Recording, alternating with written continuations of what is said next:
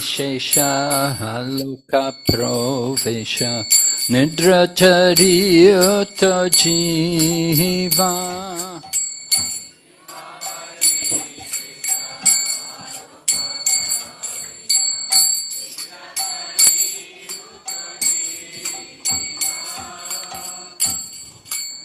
Vibhavari Shesha Aloka Provesha Nidrachari Uto Jiva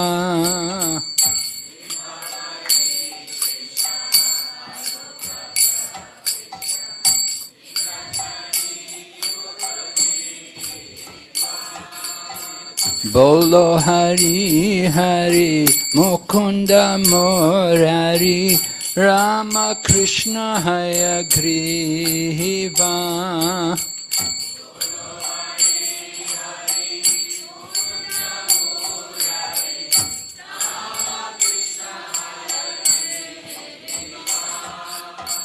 Narasimha Shri Madhusudana Brajendra Nandana Shama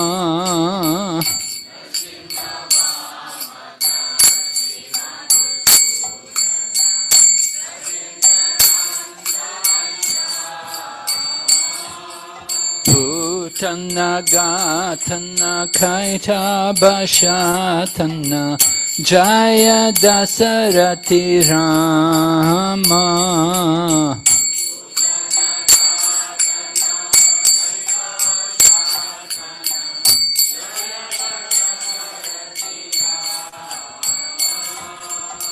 Yashoda Dulala Govinda Gopala Vrindavana Purantara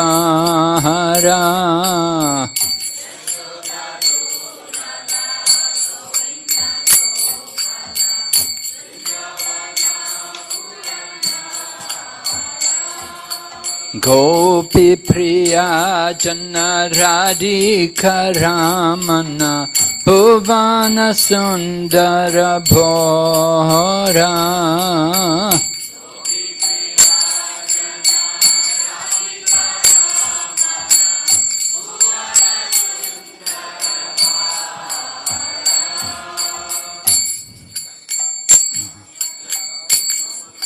Yeah. Navana Kara Makana Taskara Gopi Jana Vastrahari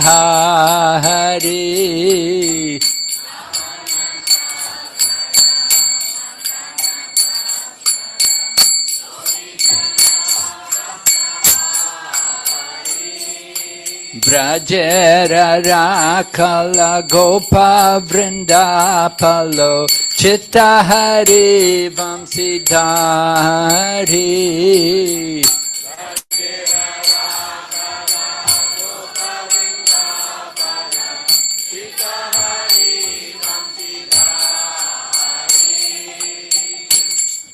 Yogendra Bandhana Srinandanandana Brajajana Bhayahari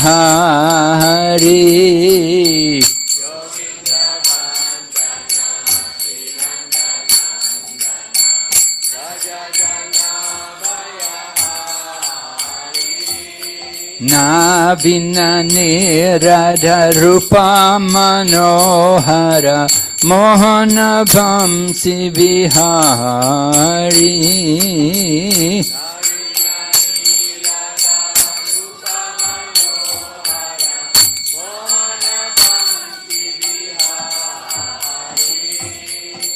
Yashodanandana Kamsa Nishudana Nikunjara Sabilasi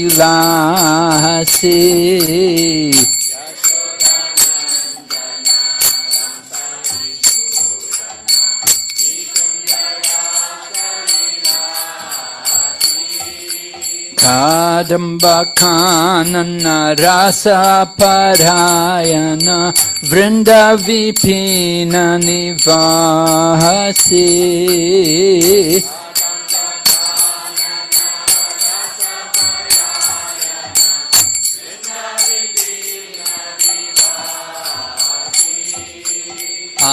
Nityananda Vardhana Premanikeetana Pulasharayo Jakakana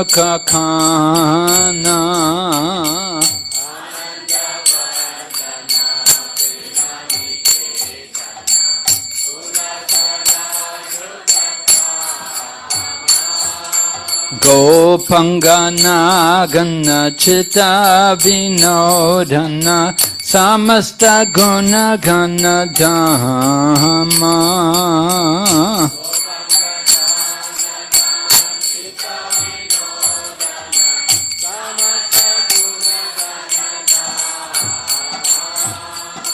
Yamuna Jivana Kili Parayana Manasa Chandra Chakora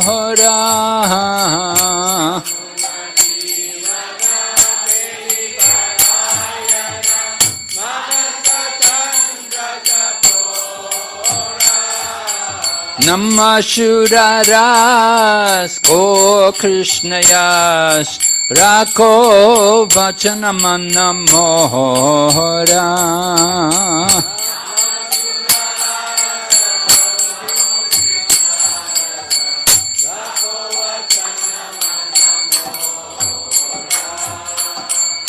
Jai Radha Madhava Kunja Bihari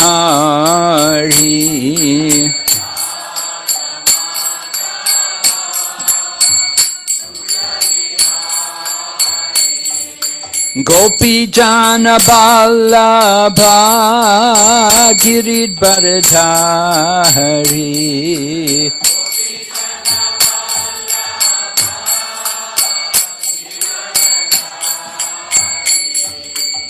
Yashodanandana Braja Janaranjana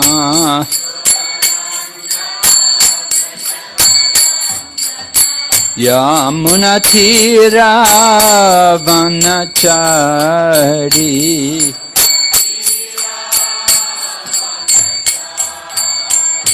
Hare Krishna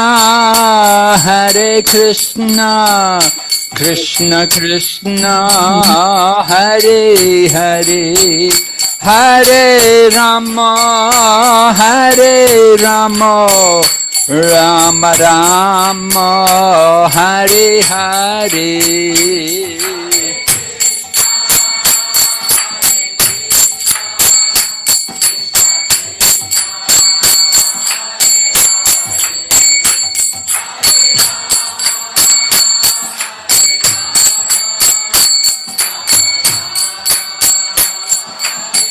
Nitai Gaur Haribo Haribo Nitai Gaur Haribo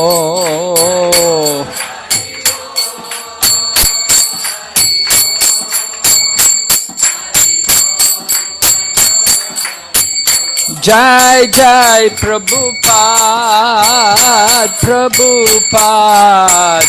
Prabhupada Jai Srila Prabhupada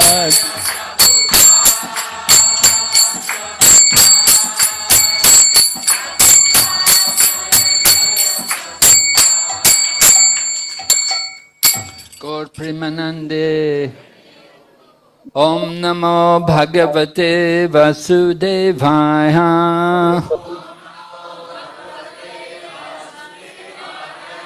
Om Namo Bhagavate Vasudevaya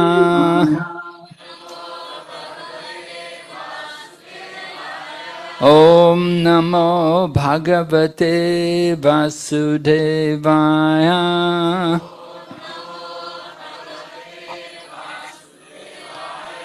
Narayanam Namaskrityam Naram Chaiva Narottamam Daivim Sarasatim Vyasam Tato Jayamudhirayat Nasta Prayeshu Vabhadreshu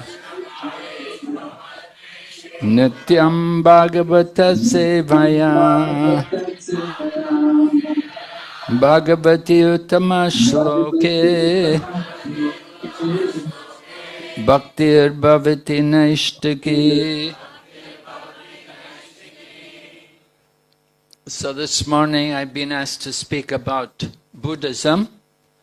Yesterday we went to one place, and although there was a statue of Hanuman, it was beside a Buddhist temple. And today also we're going to a place, I told Vitalation, which temple is it? Huh? Vibhishan? So it's also in a Buddhist temple, I'm told.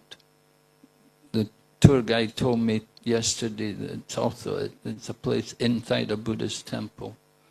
So this country is 76% Buddhist. The Sinhalese people, they're Buddhist. So this is a predominantly Buddhist country, so we find a lot of Buddhism here. And of course the Buddhism came from India to here, and from here it went also to Burma, which is now Myanmar, and then came to Thailand, and then you have also Malaysia a little bit, China a little bit, Hong Kong, Taiwan, a lot of Buddhism, Japan, quite a bit of Buddhism. So Southeast Asia, predominantly Buddhist influence, one of the major religious traditions in the world. Although from Chaitanya Charitamrita it said Buddhists should never be seen for devotees. But there are some common features in the Buddha's philosophy which is similar to our own. For example, their understanding of the material world being a place of misery. So we certainly agree to that this material world is a miserable place. One time I asked one Buddhist monk about their beads, because we also have japa beads with 108, and the Buddhists also use beads with 108. So I asked him, I said, what is the significance of the 108 beads in your tradition? He told me, he said, 108 different types of suffering in the material world. Quite different from, we say 108 Upanishads or 108 gopis, but they say 108 different kinds of misery in the material world. So we agree material world's a miserable place, but the Buddhist idea, their concept is to get nirvana, which means to get free from the material existence. But their freedom from the material existence is different from the Vaishnava understanding. They have no concept of a spiritual world, but they do have their own Buddha world. Right? They want their concept is they'll go and become a Buddha. Everyone's goal is to become a Buddha. Now sometimes people think, oh, it's easy to preach to Buddhists. We just explain to them how Buddha is an avatar of Lord Vishnu. And certainly Jayadev Goswami did describe Lord Buddha as being one of the avatars of Vishnu. But a Buddhist person will never accept that.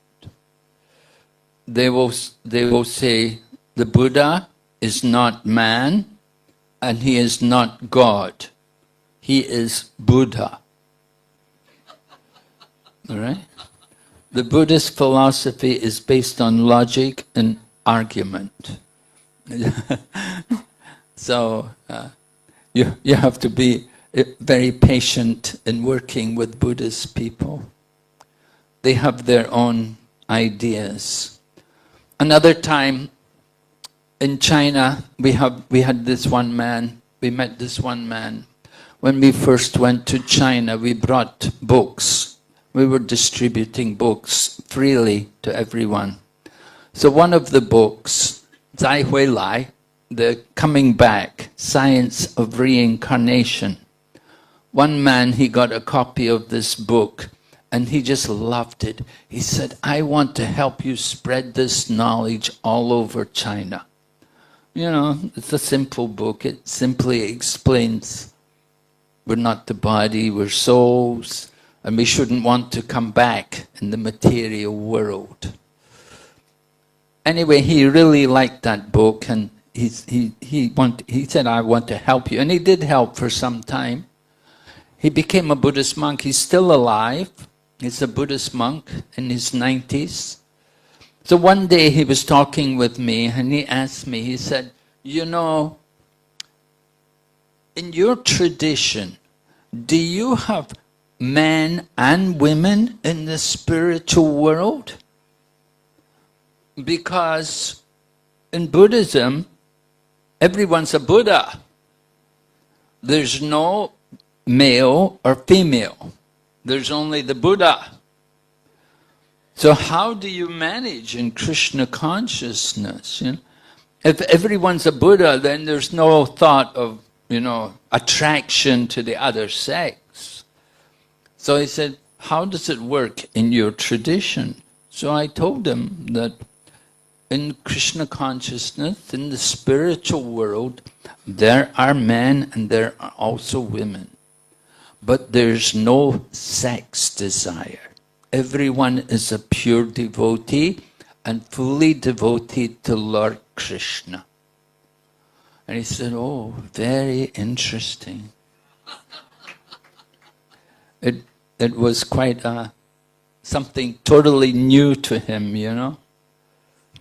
So in Buddhism, you would see there, Prabhupada also mentions in the purport there in Chaitanya Charitamrita, because in Madhya Lila chapter 7, we do have an encounter where Lord Chaitanya met with the Buddhists. Lord Chaitanya, of course, was defeating the non-believers, those people who reject the Vedas, those people who are atheistic and like that. Lord Chaitanya would go and he would challenge them. He traveled in South India, and wherever he went, he defeated people with his powerful arguments. So it happened at one point there was some very learned Buddhist master who had many disciples. And they came and they tried to challenge Lord Chaitanya Mahaprabhu. And Lord Chaitanya thoroughly defeated them. They were somewhat embarrassed and ashamed. Even today, you know, sometimes the Buddhist monks will talk to, we'll have some discussion with them and they'll say, yes, we think in the times of Shankaracharya, the Buddhist monks were not up to the mark.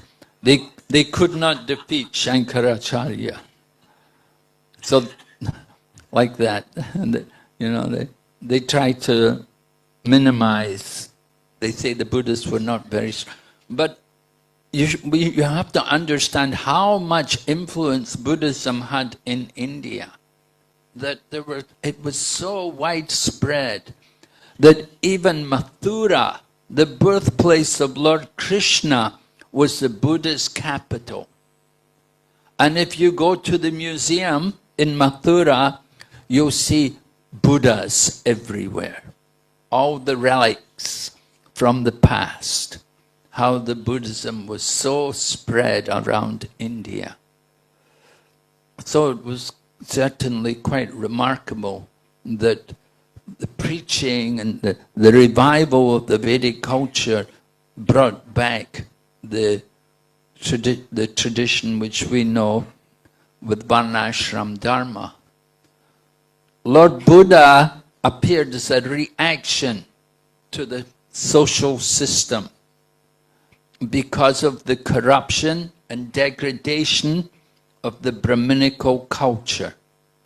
Jayadeva Goswami describes in his Das Avatar Stotra how Lord Buddha came and out of compassion he stopped the slaughtering of the animals. Because before the appearance of Lord Buddha, India had become like a slaughterhouse. Everywhere there was killing of animals in the name of Vedic sacrifice. So Lord Buddha came as a reaction against it. Why was there so much slaughtering of animals? The Brahmanas had become corrupt and they were just encouraging the people in animal sacrifice. And in this way they were making money for themselves. The Brahmins had a high position controlling everyone, and they could go and take charity from everyone. So the Vedic culture had become degraded, and Lord Buddha came and he led the people away from the Vedic culture, and he rejected the Vedas. That's also one reason why we don't celebrate the appearance of Lord Buddha. Although we celebrate the appearance of all the avatars of Lord Vishnu, we do not celebrate Lord Buddha's appearance, because Lord Buddha rejected the Vedic literature. He rejected the holy name. So we cannot worship, we cannot properly honor that kind of teaching. Therefore, although we consider Lord Buddha to be one of the avatars, we don't worship him on his appearance day. We offer our respects, of course. We respect everyone. Anyway, Lord Buddha is teaching what is non-violence. He taught ahimsa philosophy. Prabhupada describes it as a sub-religious principle. It's not the highest principles of religion, just simply non-violence. And Srila Prabhupada explains that without first being humble and giving up false pride, then you cannot be non-violent. So the very first principles are there. Amanitvam adamvitvam, as described in Bhagavad Gita, humility and pridelessness. Then only you can think about being non-violent. However, these kind of moral principles, they are not the highest principle of religion. The highest principle of religion is to develop love for God. And we don't find that concept there within the Buddhist tradition. They're simply thinking about becoming the Buddha. They may worship the Buddha with devotion, but their goal is to become the Buddha. So we always point this out when we have any philosophical discussion with people who are Buddhists, that you simply want to become the Buddha. They simply want to become one. That's their highest goal. Generally, they just simply want to be moral, to be a good person, to be situated in the mode of goodness. So that is not transcendental. That is just simply a material position. So there are two schools of Buddhism. There is the Mahayana and the Theravada. Mahayana is the big vehicle, and Theravada is a small vehicle. It's the orthodox system. What we see here in Sri Lanka is mostly Theravada. Little bit of Mahayana is here. Mahayana is more over in Malaysia, Japan. Thailand is Theravada. Like the very orthodox monks And you'll see more men in the Theravada. Mahayana, you see more women. Dalai Lama went to Taiwan a number of years ago now. He was giving a lecture in Taiwan. He was shocked. He said, I have never seen anywhere so many women monks, Buddhist monks.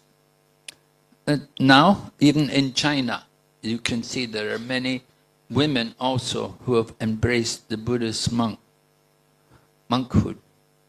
Anyway, that's Mahayana. Mahayana is a bit more liberal. Theravada, very strict. They will not eat after midday.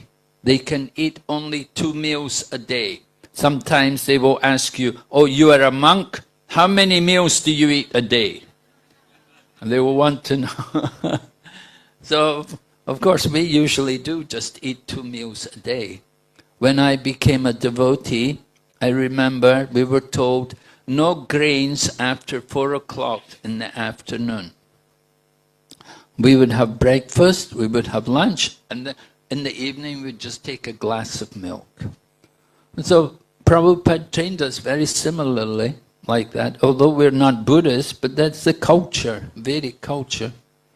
So Theravada Buddhism, they have strict principle, they beg every day, they go out for begging. And their culture is, whatever people give them, they should eat. In Thailand is another Buddhist country. So in Thailand you can see the monks every day in the marketplace begging. They have their begging bowl and they just will stand there and people will come and they'll put some things in the bowl for them to eat. And then the monk will recite some prayers, give some blessing to them. So that is their culture. And they say whatever people give, they should eat. And there was another group of Buddhism which came up in Thailand, and they wanted to be vegetarian. So there was a protest from the other Buddhists that you should take whatever people give you. You cannot just simply be vegetarian. And so they went to court and they had a case, and the court ruled in favor that you should follow the other monks, you should eat whatever they give you. So then they said, then we are not Buddhists, then we will be Brahmanas. And they called themselves Brahmanas. And so that's Thailand, you know. In Thailand, everyone has to become a monk. If you don't become a monk, you should join the army. So you have that choice. Either you become a soldier or you should become a monk for some part of time. It's a purifying experience. And it's very common even today. The young men, before marriage, first become a monk. They have a ceremony where they come into the monkhood and they will stay in the monkhood, they'll stay in the temple, they'll go out every day begging. And then after a month or 2 months or 6 months, whatever period they will give up the monkhood and go back to life, get married, and go back, find a job, work. So they have that kind of culture there. I think it's actually quite nice. You know, we should encourage people also come into the Krishna consciousness movement. You know, we like people stay for your whole life, you know. But even they just come and stay for some time, it's a good experience to live in the ashram and to be with devotees all day. So the Theravada people, they only have a few possessions. I think they're allowed five possessions, you see. Everything they have, they should be able to tie it in a little cloth and carry it on their back. Like that, simple. And they beg every day for whatever food they eat. Mahayana, but they eat everything. They're not vegetarian. Even Dalai Lama is not a vegetarian. He said, I'm not vegetarian. You know, people think he's a very great man, saintly man, but he's not vegetarian. Anyway, it's an important principle. And that's why the Lord Buddha came and he stopped the animal slaughter and he got people to follow him. Prabhupada explains at that time people were all atheists because they were killing so many animals and eating so much meat, and they had no thought of God. And so when the Buddha came, they could not understand God, but somehow they were attracted to him and they followed him. And this way he led the people, he tricked the people. So the Buddha came, he led the people away from the Vedas, because the Vedas said you could sacrifice animals. So that was before Kali Yuga. The Vedic sacrifice was going on. Of course, even today, there are temples like Kali temples where they do sacrifice. The Vedas say, on the dark moon night, means once in a month. Once in a month you can kill a goat, an animal like a goat, in front of the goddess Kali. And you tell the goat, I'm killing you, in the future you can kill me. So that's the agreement, right? You want to eat the meat, you're going to kill the animal, next life the animal will come and kill you. So this is the arrangement. Now, and it goes on today. There are many temples around India and in other countries also where you have some goddess worship going on. They will do this thing. And we know in Srimad Bhagavatam at one point they wanted to sacrifice Jad Bharat. So that temple is there in Nepal where Jad Bharat was going to be sacrificed. And the goddess Kali came alive and cut off the heads of all the dacoits. Anyway, so meat eating is not encouraged. But the monks say, I didn't kill anything, so I can eat. That is the Mahayana. Not Theravada, that's the old school. Modern school Mahayana, they're vegetarian. But they will eat, they can eat any time in the day, they're not so renounced, they don't have to beg, and they can live as they like. And many women are there in the Mahayana, lady monks. So the Buddhist tradition is popular, attracts a lot of people, they think very nice, peaceful. So Lord Chaitanya had to deal with them. In the times of Mahaprabhu, there was a lot of Buddhism. Lord Nityananda's son Virabhadra, he was a very powerful preacher also, and he defeated the Buddhists and converted many Buddhists to Vaishnavism. So in the Chaitanya Charitamrita, we're told about Lord Chaitanya, how this Buddhist master came to him, and Lord Chaitanya totally smashed him, defeated him. And the Buddhist master was quite ashamed that he'd been badly defeated by Chaitanya Mahaprabhu. So then the Buddhist master and his disciples, they made a plot to try to disgrace Chaitanya Mahaprabhu.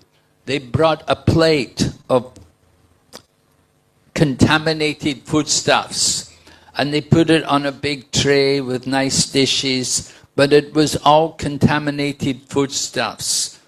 Probably not even vegetarian, I don't know.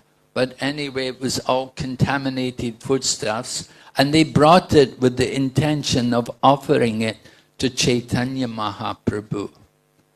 But it happened that suddenly a big bird appeared, and the bird picked up the plate, rose up into the sky, and then dropped the plate and dropped all the dishes.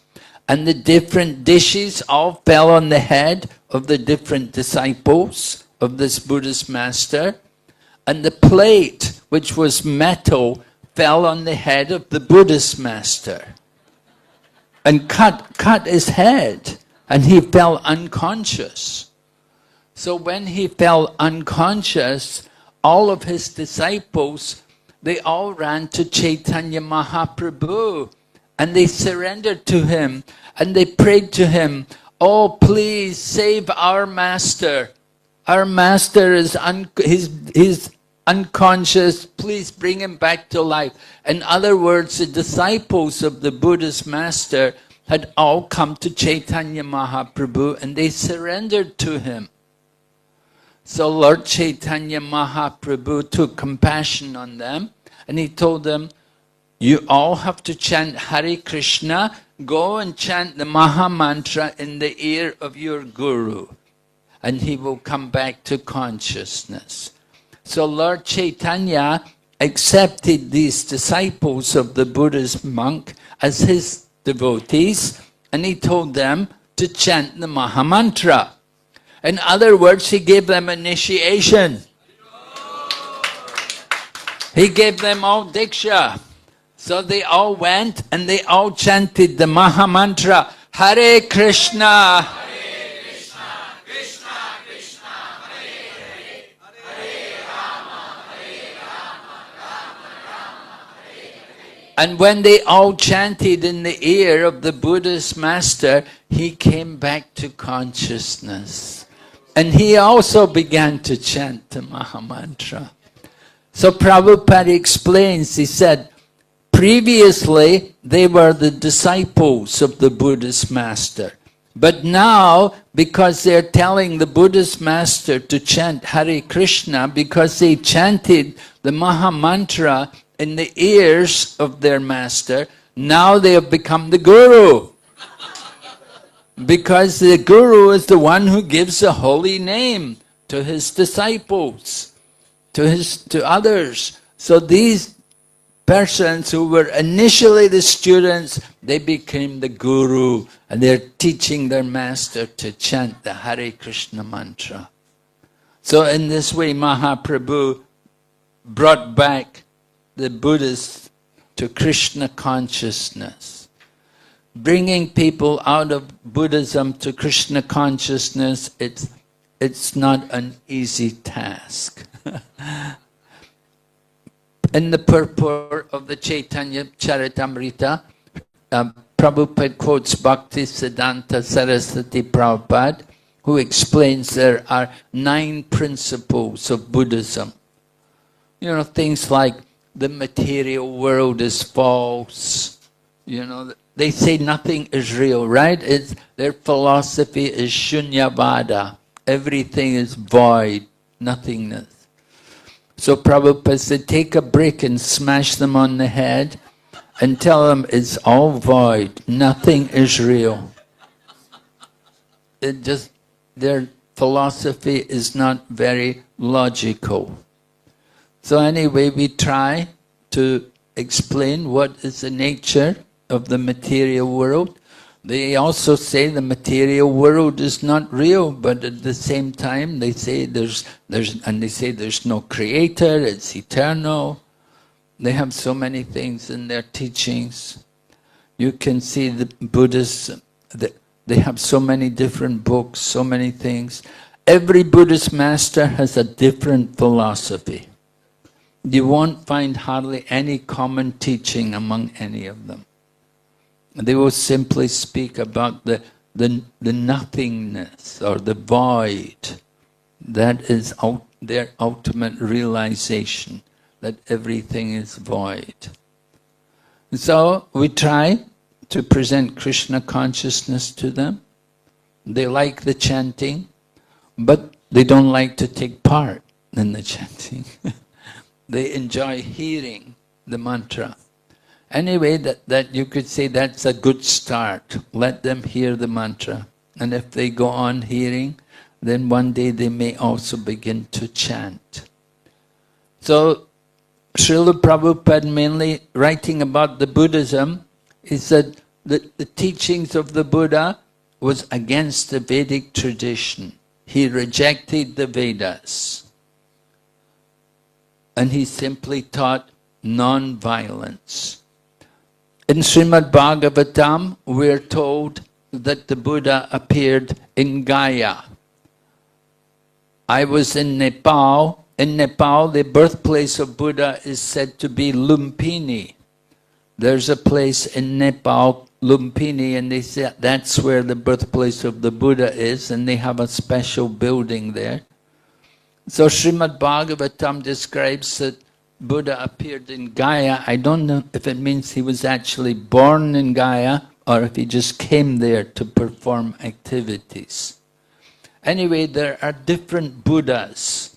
And even in the second canto, Srimad Bhagavatam, scheduled incarnations are mentioned. Chapter 7 of the second canto describes about a Buddha and how he, what happened. There were objects flying in outer space and they were killing each other. It said the Buddha appeared and stopped them, got them to stop all the killing. So Jiva Goswami said this is referring to a Buddha from another Kali Yuga. So Buddha from another Kali Yuga is mentioned there in second canto of the Srimad Bhagavatam. And there are many different Buddhas. Which Buddha are we following? Well, the one which is mentioned in Srimad Bhagavatam, the son of Anjaneya. And it said he appeared in Gaya. Of course, Gaya is a place of where the Buddha is supposed to have achieved self-realization, or where he perfected his meditation. It said the Buddha was born in a royal family, and as a young man, his father tried to protect him from all the material miseries. But then Buddha saw a sick person. And so he asked, what's this? And they said, oh, this person is ill, he has some disease. Then he saw another person who was old. And he asked about this, what's wrong with this person? And they said, oh, he's old. And then the Buddha saw a dead person. And he had never seen a dead person before. They said, yeah, persons died. So when he saw these miseries, he saw old age, disease, and death, then he understood he should renounce the world, that this world was not a place for enjoyment. So that's very nice that he had that mood. Of course, the proper way to renounce the material world is to dovetail everything in the service of the Supreme Lord. However, the Buddha's teachings meant for the atheist class of people, to bring them to a higher level of living. The Buddhists also consider that the soul can be destroyed. There's a prominent spiritual master. He just passed away just last year. He had many disciples there in China and in Taiwan, and he was teaching about the soul. And people would say, yeah, the Buddhist, he also teaches about the soul.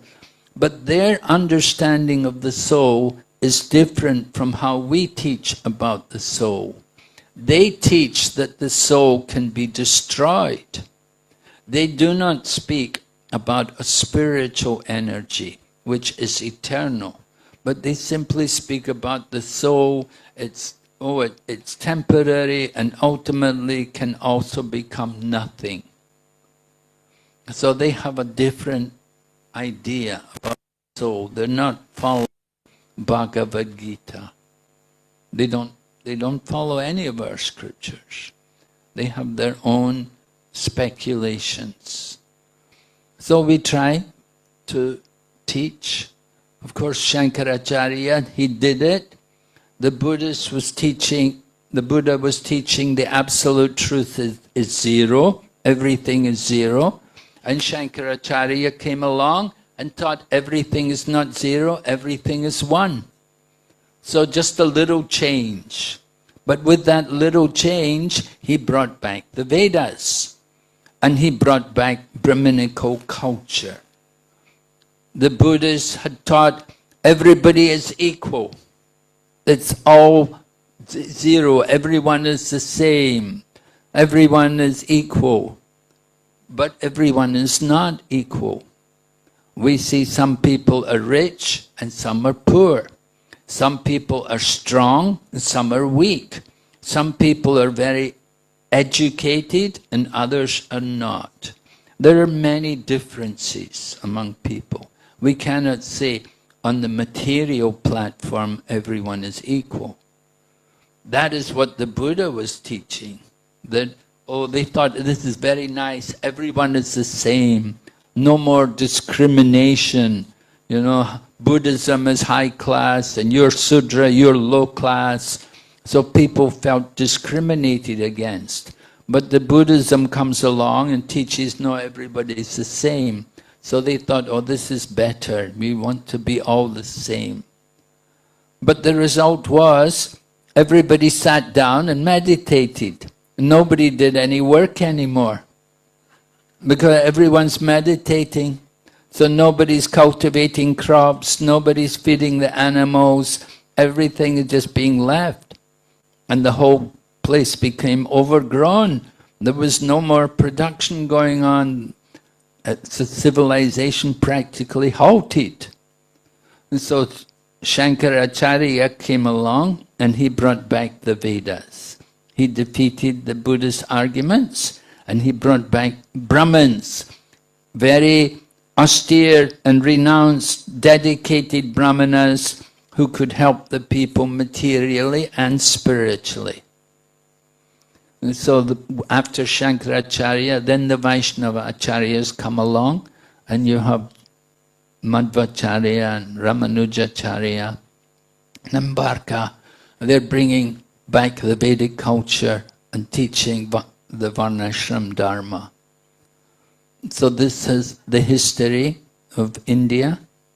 Buddhism, of course, was driven out of India, entered into the other countries, where the atheism is still prominent. Myanmar, there, many Buddhists are there. And similarly, Thailand also, Buddhist countries. So,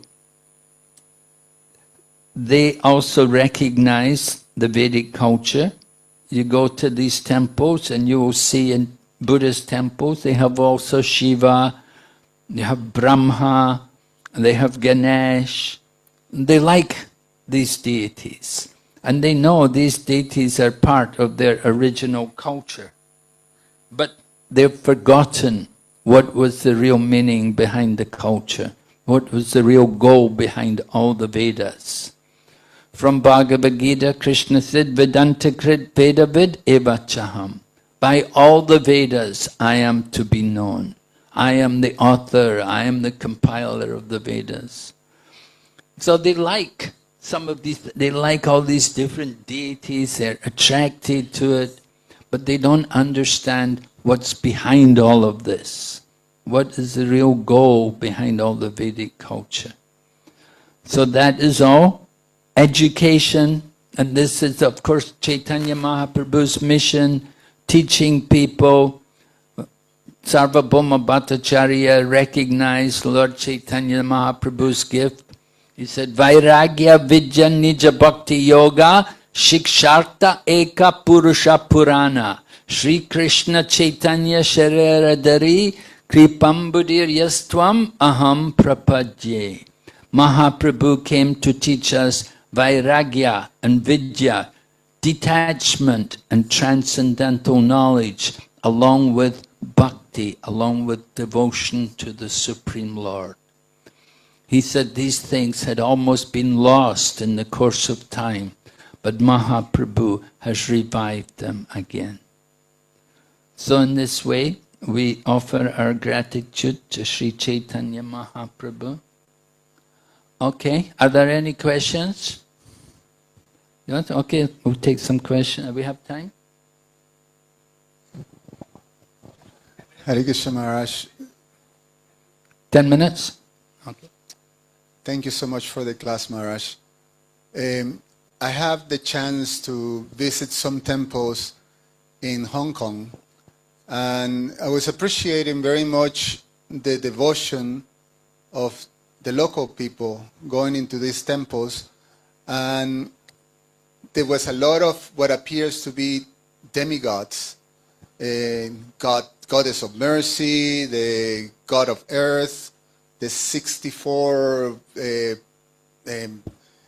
controllers of time. All these things were there, and there were explanations about it, and people were offering incense and all these fruits and items and things like that. So very much this demigod worship seems to be a very important part of the tradition. Is that the case, Maharaj? You explain a little bit about that, the connection with the Vedic culture in terms of demigods, but they don't know what is behind it. But it appears that there's a lot of traditional devotion towards these things. If you can just explain a little bit about it. Yes, originally the worship was there of the devas, the different demigods, as Prabhu was mentioning, that was there. And then afterwards the Buddhism came in. So the Buddhism came in, and you know, the worship of the other devatas is already there. They don't want to take it out because it was already there, it was already established. So although the Buddhism came in, they didn't take out the worship of the Hindu gods, the Vedic devatas. So they still remain there. And people have a natural devotion. It's just nature of people that people like to devote themselves to something, to do this kind of thing. Everyone has some kind of devotion. Someone's devoted to their dog, someone's devoted to their cat. You know, some people come and worship the deities in the temple, and it's a higher level, of course. But it's the nature of people to show that love and respect to others. Okay? So, yes? Okay. Maharaj, there are two concepts as I understand. One is the no soul and the other is not soul. And there seems to be a lot of debate within the Buddhists whether it is no soul, anatta or anatma as they call it, and not soul. Could you highlight the difference? Not soul. No soul and not soul. Is it you're saying? Yes? Okay. Well, yes, like I said, they all have their own philosophy. Every Buddhist master has a different philosophy. You know, you can go on endless. Some people say like that, there's no soul, anatma, you know, they don't know, and their concept of the soul, not soul, where is the life coming from, how do they explain life, you know? No, combination of chemicals, different atheistic philosophies, where the life came about, and what the soul is. It the soul material? It can be destroyed. I mentioned this. That's generally the understanding. And some people say no soul. Everything is just chemicals only. And so all kinds of feelings and emotions, the feelings you have for your family, and so it's just illusion. Everything is illusion. So this is their philosophy. Their whole system, their whole presentation is based on logic and argument. If there's a soul, they'll say, where is the soul? Has anybody seen the soul? Have you seen you haven't seen the soul. How can you say there's the soul? They say you have to see the soul to know that it's there. So some people will argue like that, and other people will say that if there's a soul, its origin, it gives the energy to the heart, it keeps the heart beating. But ultimately the soul, they have a material concept. It can be destroyed, it can be annihilated. So it's not soul, it's not really, they have no concept of a spiritual existence, really. Some Buddhists, they talk about the void, the nothing, and other Buddhists, they talk about the Buddha world, that everybody's a Buddha. You see, so there are different ideas. For some people, ultimately nothing, just nothing. That is what their conclusion, that you're not real, the world is not real, everything is just illusion. And for other people, they want to go on, become a Buddha, go into the Sila Shajaya, they call it, right? The Western land where everybody is a Buddha. No, like that, there are many variations on this philosophy. Yes? Hare Krishna Maharaj, I accept my humble obeisances. Such as many atheist philosophy like Buddha, it actually prevails in Western countries. There are a lot many, and then it is felt that they are doing a lot of human welfare activities, but wherein Shivabal mentioned that what's the point of actually saving the dress of a drowning man? So we, the highest well-being activity which is giving the Krishna consciousness. But at times we are not able to get the attraction of against such people, such community. So what would be the better, one of the ways to promote higher Krishna consciousness and then also able to, amongst the people who so-called doing a lot of welfare activities in the community?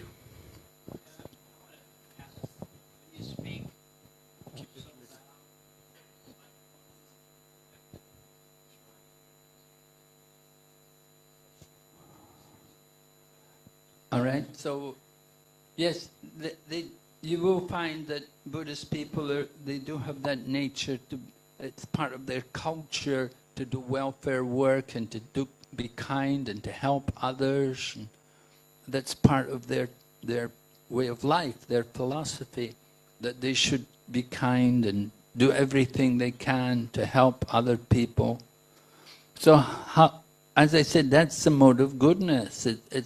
It's on the bodily platform. How can we bring them into Krishna consciousness? Well, we need some mercy. They need mercy. And that mercy really comes from the devotees. If somehow you can make some kind of friendship with people, try to make some friendship with them, of course you have to be careful, because they're very attached to their belief system. They don't give up their beliefs very easily. But if you can encourage them to chant the Hare Krishna mantra, really our most powerful preaching is in chanting the holy name and giving the holy name to people. And if they have the opportunity, if they're willing just to sit and to take part in some kirtan, and if they can begin to chant themselves, then that can really change them. It's in the holy name. And we give also prasadam. Of course, they have their food also, they're maybe vegetarian and whatever. And they say it's offered to Buddha. But particularly the holy name is very powerful. If you can somehow get them to just take part regularly in hearing the holy name and in chanting the holy name, then we see Chaitanya Mahaprabhu here in his lila with the Buddhas, he got them to chant the Maha Mantra.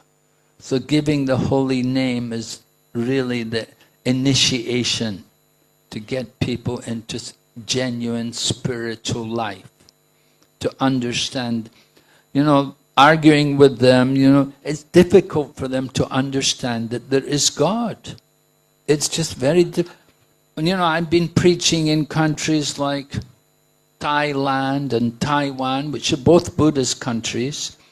And when we distribute books, people say, "Are you Christian?" They think Christians are the only people who believe in God. And they're surprised. In India, is there also God? They're surprised. People say like that, because they think in India that, something else, It's just, they think that Christianity is only a religion with one God. So there is something new to them to know that in India there can also be one God, one supreme being over everyone. So we try to educate people, bring these things into people's awareness. In the UK, when they began teaching Hinduism in the schools, our devotees had a big task to convince the teachers of Hinduism that there was such a thing as a tradition with one God.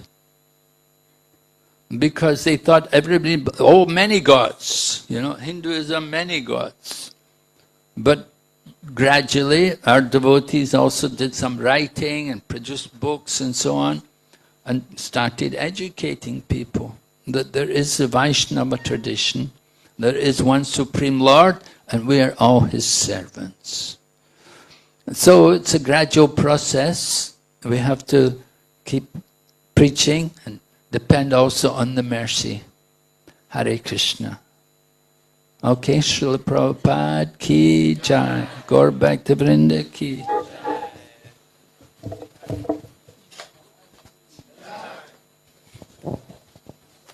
Hare Krishna. Some practical announcements for today. So, all devotees are requested to board their buses as per the allocation which was